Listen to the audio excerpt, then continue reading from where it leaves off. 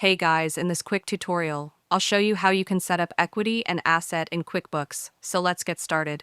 First, click on the settings icon and open the chart of accounts. Click on New. Choose Assets as the account type. Then select the detail type like cash on hand, inventory, vehicles, or equipment. Give the account a clear name, such as Office Equipment or Company Vehicle. If you already have a starting balance, enter the amount and date.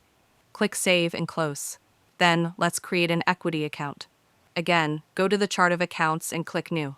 This time, select Equity as the account type. From the detail type, pick what fits your situation: owner's equity, owner's contribution, owner's draw, or retained earnings.